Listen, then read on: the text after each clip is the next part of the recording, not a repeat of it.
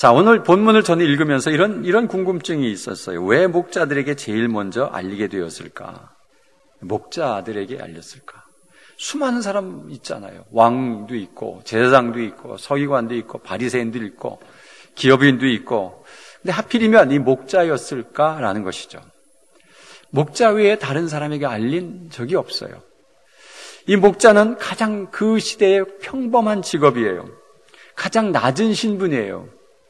그런 목자들에게 천사들이 나타나서 제일 먼저 예수의 오심을 소개했을까라는 것이죠.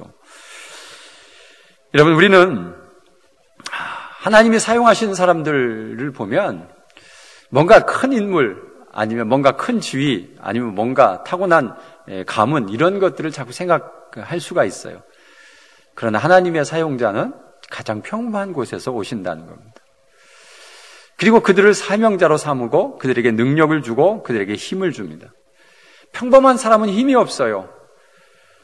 힘이 없어요. 뭔가 군중을 움직일 만한 아무것도 없어요. 그래서 평범한 거예요. 그런데 사명자가 되고 나서부터는 이 사람들이 대단한 사람들로 돌변하죠. 왜 돌변할까요? 그것은 하나님께서 그들에게 사명뿐만 아니라 능력도 주신다는 거예요. 그 능력을 따라서 우리는 큰 일을 할 수가 있는 거예요.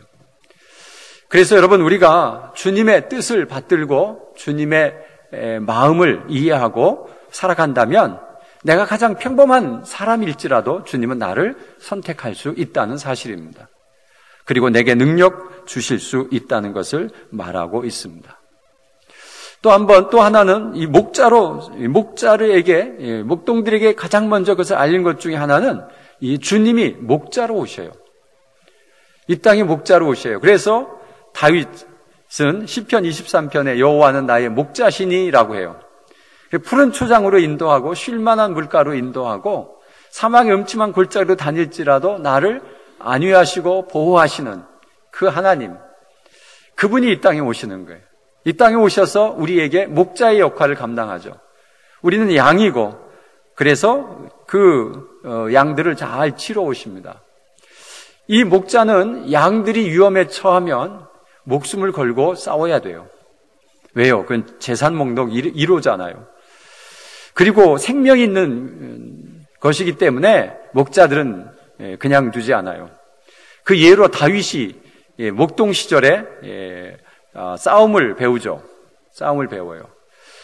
이리와 호랑이와 이런 양을 잡아먹는 이런 것들이 나타나면 이 목동인 이 다윗은 맨몸으로 아니면 물맷돌이나 어떤 기구를 가지고 그 동물들과 싸워서 양들을 지키는 일들을 했다고 하는 것을 볼 수가 있습니다. 목숨을 걸고 양들을 지키기 위해서 예수 그리스도가 이 땅에 오셨다는 것입니다. 그래서 목자의 심정을 누구보다도 잘 알고 있습니다. 자, 여러분, 우리 이 사건 속에서 우리는 목자입니까? 양입니까? 여러분은 양입니까? 목자입니까? 육적인 세상에서는 양이 목자가 될 수 없습니다. 양은 양으로 인생을 끝내야 돼요. 그러나 영적인 세상에서는 양이 목자가 될 수 있습니다. 베드로 보고 뭐냐면 이제는 고기를 낚지 말고 사람을 낚는 어부가 되라 이렇게 말한 것처럼 이제 우리는 양으로 있었지만 어느 정도 되면 이 양에서 목자로 바뀌어야 돼요. 영적인 세상에서는 양이 계속해서 양으로 남아있으면 안 돼요. 목자로 바뀌어야 돼요. 여러분, 우리는 목자입니까? 양입니까? 이 질문에 여러분이 스스로가 좀 대답해 보시면 좋겠습니다. 목자의 역할을 하는 직분이 많이 있습니다. 어떤 직분일까요? 교사, 목자의 직분입니다. 또 구역장, 목자의 직분입니다. 그래서 다른 교회, 어떤 교회에서는 목자장이라고 그래요. 목자, 이렇게 목자님이라고 부르는 선교단체들이 많이 있어요. 구역장을 목장이라고 해요. 구역장이라고 안 하고 목장. 거기에 목자가 있어요. 목자님이 그렇게 불러요. 그만큼 중요한 거예요. 그래서 이제는 여러분 양의 상황에서 목자의 상황으로 바뀌어야 되는데 이것에 대해서 한번 깊이 생각해 보시기를 바랍니다. 자, 두 번째 궁금한 것이 있었는데 그것은 온 백성에게 미칠 기쁨의 큰 좋은 소식이 어떤 소식일까라는 것입니다. 자, 오늘은 천사가 나타나서 목자들이 깜짝 놀랐어요. 그런데 뭐라고 이야기하느냐 하면 너희를 위하여 구주가 나셨으니 곧 그리스도 주시니라 이렇게 말하고요. 큰 기쁨의 좋은 소식을 너희에게 전한다고 말하고 있어요. 그것이 몇 절에 있느냐 하면 10절에 있습니다. 그 11절 전에 제가 읽어드리겠습니다. 천사가 이르되 무서워하지 말라. 보라, 내가 온 백성에게 미칠 큰 기쁨의 좋은 소식을 너희에게 전하노라. 이렇게 말합니다. 그런데 그 기쁨의 좋은 소식이 뭐냐 하면 오늘날 다윗의 동네에 너희를 위하여 구주가 나셨으니 곧 그리스도 주시니라. 구주가 나셨다는 것, 곧 그리스도 주라고 하는 것은 메시아가 왔다는 이 소식이 온 백성에게 미칠 큰 기쁨의 좋은 소식이라는 것입니다.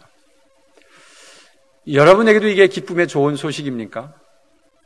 만약 이거 말고 온 백성에게 있을 만한 기쁨의 소식을 한번 찾아보면 어떨까요? 뭐가 있을까요?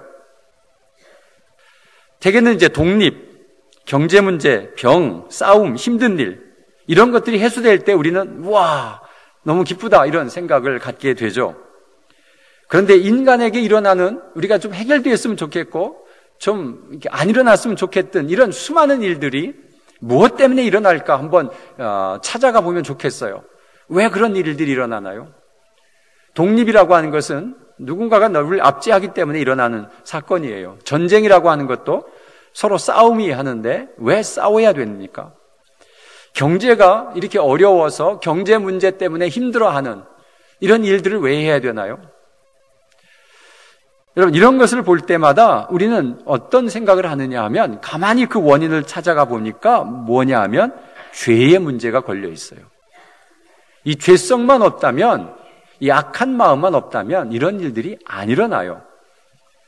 특히 포로 생활, 그건 지배하고자 하는 자기들이 편해서 사람들을 노예 삼아서 일을 시켜먹는 것, 이것은 아주 못된 악한 짓들입니다. 전쟁도 마찬가지죠. 남의 것을 빼앗아서 자기 것으로 챙기려고 하는 그런 마음들이 있기 때문에 이런 악한 마음이 생기는 거죠. 경제 문제, 왜 그렇게 악착같이 벌어야 되고 그렇게 살아야만 됩니까? 그것은 먹고 살기가 힘들기 때문에 그래요. 힘들다고 하는 것은 먹는 문제가 해결되지 않기 때문에 그래요. 근데 여러분, 이 세상에 곡식이 없어서 굶어 죽습니까? 나눔이 없어서 굶어 죽습니까? 곡식이 없진 않습니다.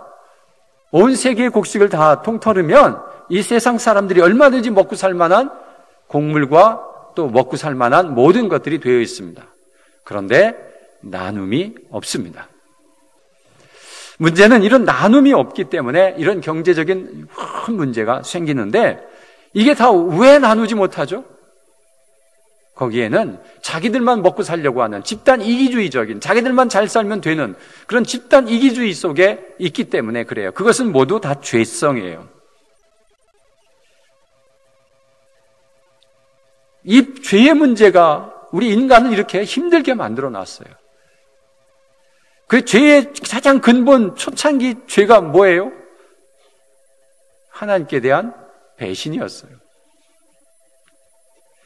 하나님은 우리에게 에덴 동산이라고 하는 정말 행복하고도 편하고 마음껏 먹고 살 수 있는 모든 조건을 다 챙겨서 주셨는데 그것을 그냥 누리고 살면 얼마나 좋았을까라는 생각을 갖는데 하나님처럼 되고 싶은 마음에 하나님 앞에 도전하다가 그만 죄를 범하고 말았어요. 그래서 그 아름다운 세상에서 쫓겨났어요. 그래서 죄성이 있는 사람들은 매일 투닥거리고 싸우고 먹을 것이 있어도 나눠주지 않고 자기만을 챙기고 하는 그런 삶으로 살아가니까 이 세상은 항상 경쟁력이고 내가 이기지 않으면 살아날 수 없는 그런 세상에 살아간다고 하는 것이 얼마나 큰 문제인가라는 것을 우리는 생각해 보게 됩니다.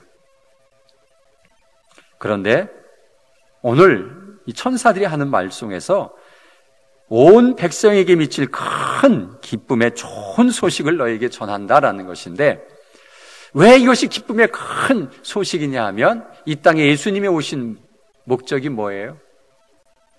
죄의 문제를 해결하러 이 땅에 오셨어요. 믿으십니까? 예. 그래서 예수 그리스도를 믿고 우리의 죄를 주님 앞에 고백하며 우리가 주님 앞에 바로 서면 이 죄 문제가 해결되며 이 땅에 평화가 옵니다. 믿으십니까? 세상에 그 어떤 것으로도 진정한 평화를 이룰 수가 없어요. 그러나 예수 그리스도의 십자가의 사건, 이 죄의 문제를 해결함으로 인해서 우리에게 진정한 평안이 오고 서로 나눔이 있고 서로를 도와주고 서로 어려웠을 때마다 서로 이렇게 해줄 수 있는 것은 이 죄성을 우리의 마음속에서 다 내보내야 된다고 하는 사실입니다. 지금 여러분에게 가장 기쁨에 좋은 소식은 어떤 소식입니까? 내 개인적으로. 그 기쁨에 좋은 소식이 영원성이 있을까요? 순간일 수밖에 없어요. 그런데 그것은 내 문제를 하나도 해결해 주지 않아요. 그런데 여러분, 온 세상에 미칠 기쁨의 큰 좋은 소식, 이것이 여러분의 삶 속에서 예수 그리스도가 이 땅에 오신 것, 또 내게 오신 것, 이것이 얼마나 크고 놀라운 기쁨의 좋은 소식인가. 그리고 나의 죄성을 주님 앞에 다 해결받고 내 마음에 진정한 평화와 평강이 임한다고 하는 것, 이것을 소유한 것, 이것은 우리에게 크나큰 행운이에요. 여러분, 진정한 예수를 믿으면 그것이 우리에게 다가오나요? 예수를 믿으면 정말 평화롭나요? 부활하신 예수님이 제일 먼저 하신 말씀이 평안하니요라고 물으셨어요. 여러분, 예수 그리스도를 제대로 믿고 내 마음속에 주님이 나의 구주이시고 나의 구원자이시고 나의 영원한 생명으로 인도하실 그분이라고 하는 것을 확신과 믿음을 가지면 이 세상에 그 어떤 것도 두려워하지 않습니다. 믿으십니까? 무엇이 우리를 두렵게 할 것입니까? 죽음입니까? 이 세상에서 가장 두려운 것은 죽음인데 부활의 주님을 믿는 사람이 죽음을 두려워하지 않습니다. 죽으면 어디 가요? 더 아름다운 세상에 가자. 근데 왜 두려워해요? 그 세상을 모르기 때문에, 그 세상이 없는 줄 알기 때문에 두려워할 수밖에 없어요. 여러분, 예수 그리스도를 제대로 믿으면 우리 마음에 진정한 평안이 있습니다. 시험에 떨어진 거, 사업에 망한 거 별거 아닙니다. 그것 가지고 두려워할 필요 없습니다. 그 안에서도 평안을 누리며 살아갈 수 있습니다.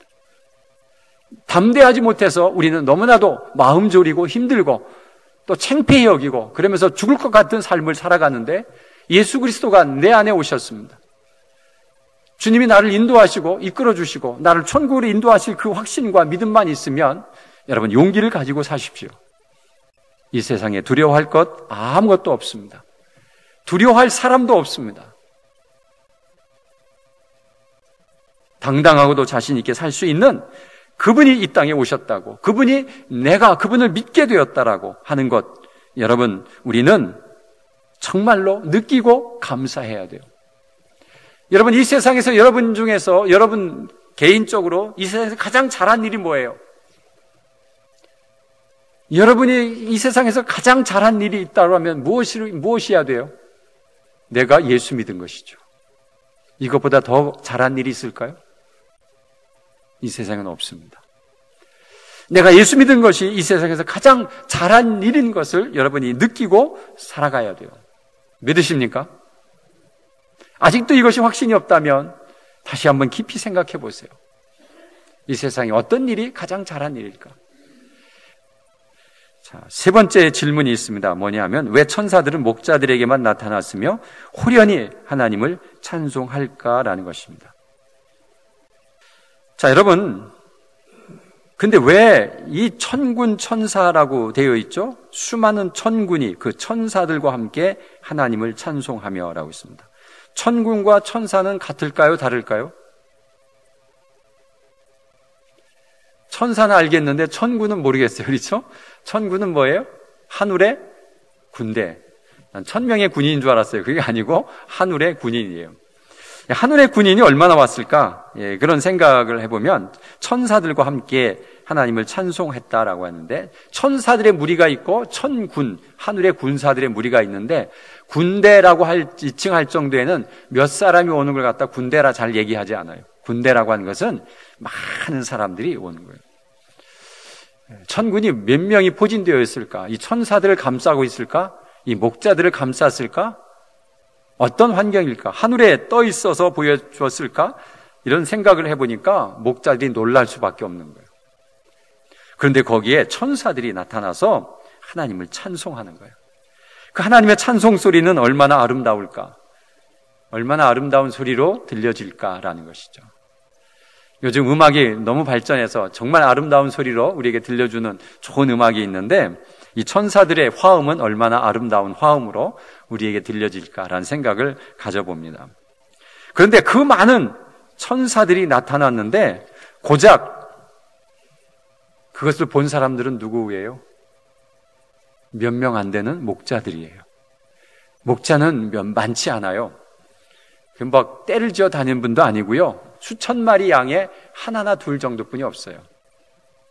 그런 목자들에게 나타났는데, 아마 여기에는 목자들이라고 하는 거 보니까 그래도 여러 명이 있는데 왜 그렇게 호련히 나타났을까라는 생각을 가져봅니다. 왜 나타났을까요? 근데 왜 그렇게 조용히 목자들에게만 보여주고 일을 끝낼까요? 여러분, 주님의 복음은 그렇게 많은 대상으로 하지 않고 개인과 개인을 향해서 가고, 네가 진정으로 믿음이 있는가를 개인에게 물으시죠. 이 복음의 전파는 개인적인 전파가 너무 많아요. 또 그렇게 돼요. 그래서 여러분, 우리는 목자들에게 나타난 이 천사들의 이 복음의 메시지가 목자들에게 맡겨졌습니다. 이 복음이 여기서부터 나가기 시작해서 결국에는 온 세계 인류를 점령하는 그런 복음의 확장성이 있어요. 누룩과 같다라고 표현하는 것처럼, 여러분, 복음은 나로부터 시작해서 온 가족 구성원이 모두 은혜 받고 구원받는 일이 나로부터 시작한다는 사실입니다. 어느 날 가족이 다 예수 믿을 수도 있지만 드물어요. 온 나라가 예수를 믿는 나라로 공포하기까지는 수많은 사람들의 복음 전파에 노력이 있었던 거예요. 그래서 이 복음은 수많은 사람들에게 막 공중에 천사들이 나타나서 온 세계를 휩쓸어가고 온 세계를 점령해가는 그런 식으로 하나님은 복음 전파를 하시지 않겠다는 거예요. 나로부터 시작되는 복음, 거기서 확장성을 가지고 이 땅에 천국을 만드시는 주님이시라는 것을 우리는 깨달아야 돼요. 한 명의 타락이, 한 명의 죄가 온 세상의 죄를 만든 것처럼 예수 그리스도 한 명이 이 땅에 와서 죄의 문제를 해결하기 위해서 복음을 전파하기 시작한 그 복음이 지금 온 인류를 구원해 나가고 있다는 사실입니다. 정말 놀라운 진리를 우리가 깨닫게 되죠. 여러분, 나로부터 시작되는 복음이 어떻게 확장해 나갈지는 기대를 가지시고 내 주변에 있는 사람들에게 이 복음에 대해서 자신 있게 예수 그리스도가 온 땅에 미칠 세상의 가장 큰 기쁨의 좋은 소식이라고 하는 것을 전할 수 있는 우리 모두가 되시기를 간절히 바랍니다. 네 번째로, 목자들의 행동과 반응은 우리에게 어떤 은혜가 있습니까? 라는 질문을 해봅니다. 목자들의 행동이 어떻게 했습니까? 목자들의 행동은 신속했습니다. 천사가 뭐라고 말하냐면, 너희는 가서, 이렇게 얘기합니다. 강보에 쌓여 구유에 누인 아기를 보리니 이것이 너희에게 표적이다 라고 하는 거예요. 참 과학적인 증거를 얘기해요. 너희가 가라, 이렇게 얘기하는 거죠. 가면은 강보에 쌓여 있다, 그리고 구유에 누워 있는 아기가 예수다라는 거예요. 이게 예수라고 하는 표징이라는 거예요. 여러분, 그때 아기가 그 시대에 얼마나 많이 있겠습니까? 베들레헴 그 동네에 가면 누가 아기를 낳는지 어떻게 알아요? 근데 마구간은 닫혀 있어요? 열려 있어요? 열려 있잖아요. 그래서 다 볼 수가 있어요. 마구간에 오신 이유가 참 있더라고요. 목자들이 어디 집에 주소를 가르쳐 주면 좋을 텐데 천사가 주소를 가르쳐 주지 않고 가르쳐 준 건 뭐예요? 강보에 쌓인 구유에 누이리니. 여러분, 세상에 아기를 구유에 누인 사람이 어디 있어요? 근데 가면 있다라는 것이죠. 그런 상황을 만들어 놓으셨죠. 그래서 그가 메시아임을 목자들은 바로 캐치하게 되죠. 목자들이 온 동네를 다니면서 구유를 다 뒤지고 다녔지 않겠어요? 거기에 아기가 누워있는 사람을 찾아가지고 목자들이 거기에 모여서 그를 경배하고 찬양할 때 이 목자들에게 왜 제일 먼저 봤더니 이 목자들은 행동을 잘하는 사람들이에요. 행동대원들이죠. 가라 했더니 그날 급히 떠납니다. 그래서 16절에 보면 빨리 가서 마리아와 요셉 구유에 누인 아기를 찾아서라고 되어 있죠. 빨리 가서라고. 만약 바리새인들이나 제사장들에게 만약 이것을 알렸다면 어떻게 했을까요? 갈 생각은 안 하고 마차를 준비하든가 아니면은 자기의 수행원들을 다 준비하고 또 이것을 누구에게까지 알리고 함께 갈까? 왕에게 알릴까? 뭐 이런 것을 하면서 계속 뜸을 들이고 사람들을 다 동원해서 가려고 했을 거예요. 그러나 목자는 알릴 사람도 없어요. 왜요? 신분이 낮아서 목자의 얘기를 들으면 콧방귀도 안 껴요. 내가 천사들을 만났어. 그러면 뭐라고 그러겠어요? 아무도 안 믿어줘요. 그래서 알릴 생각도 없어요. 그저 내가 가서 찾는 거예요. 찾았을 때 거기에 보니까 사람들이 있었어요. 듣는 자가 다 목자들이 그들에게 말하는 것을 놀랍게 여기다. 이렇게 되어 있어요. 아기에 대하여 말한 것을 전하니라면 천사들이 자기에게 얘기한 것을 가서 전했을 때 거기에 있던 사람들은 듣기 시작하는 거예요. 거기에 누가 있을까요? 여러 사람이 좀 있는 것 같아요. 우리가 보기에는 요셉과 마리아만 있을 것 같은데 오늘 기사를 이렇게 보면 듣는 자가 다 목자들이 그들에게 말하는 것을 놀랍게 여기더라. 그 중에 마리아는 마음에 새겼더라. 목자들이 보고 온 저 환상과 같은 이야기는 내 아들이 어떤 아들인가에 대해서 깊이 생각하게 되는 것이죠. 자, 목자들은 만나는 사람에게 보고 든 것을 다 전했습니다. 그리고 하나님께 영광을 돌리고 찬양하며 돌아갔습니다. 20절의 말씀이죠. 듣고 본 모든 것으로 인하여 하나님께 영광을 돌리고 찬송하며 돌아갔다라고 했습니다. 이 목자들의 삶이 그 다음의 삶은 어땠을까라는 것이죠. 목자를 언제 때려치울까? 나도 좀 집에서 가족들과 함께 살아가는 그런 삶을 살면 안 될까? 그런 소망과 꿈을 가졌던 이 목자들이지 않겠어요? 주님을 만나고 나서부터는 이들의 삶이 어땠을까라는 생각을 가지면 자기의 삶이 지금 힘들고 어렵지만 그들은 평안 속에서 소망을 가지고 메시아가 이 땅에 왔다. 그렇기 때문에 우리의 모든 죄를 해결하고 이제는 우리가 하나님이 주시는 은혜대로 살아갈 수 있는 그 날이 우리에게 왔다라고 해서 그들의 삶을 비관하지도 않고 그리고 꿈과 소망을 가지고 그들은 자신의 일에 충성했을 것으로 추측하는 바입니다. 사랑하는 성도 여러분, 다시 오실 주님을 만나려면 어떻게 하면 좋겠습니까? 나를 따르라 말씀하신 것처럼 예수님이 나를 따르라 말씀하셨어요. 그런데 그 예수님이 목자의 길을 가셨어요. 수많은 길 잃은 양들을 위해서 길을 제시했고 또 진리를 찾아줬고 또 생명을 잃어가는 자들에게 생명을 부여해 줬어요. 생명을 지켜주셨어요. 그리고 사탄이 우리의 생명을 뺏어가려고 할 때 생명을 지켜서 우리를 영원한 생명으로 인도해 주신 그 하나님, 그 목자 예수 그리스도. 여러분, 우리가 그것을 생각하면서 우리가 목자의 삶을 살아야 주님을 제일 빨리 만나지 않을까 생각을 합니다. 사랑하는 성도 여러분, 목자십니까? 양이십니까? 목자로 하나님께 영광을 돌리는 우리의 삶이 되시기를 간절히 바랍니다.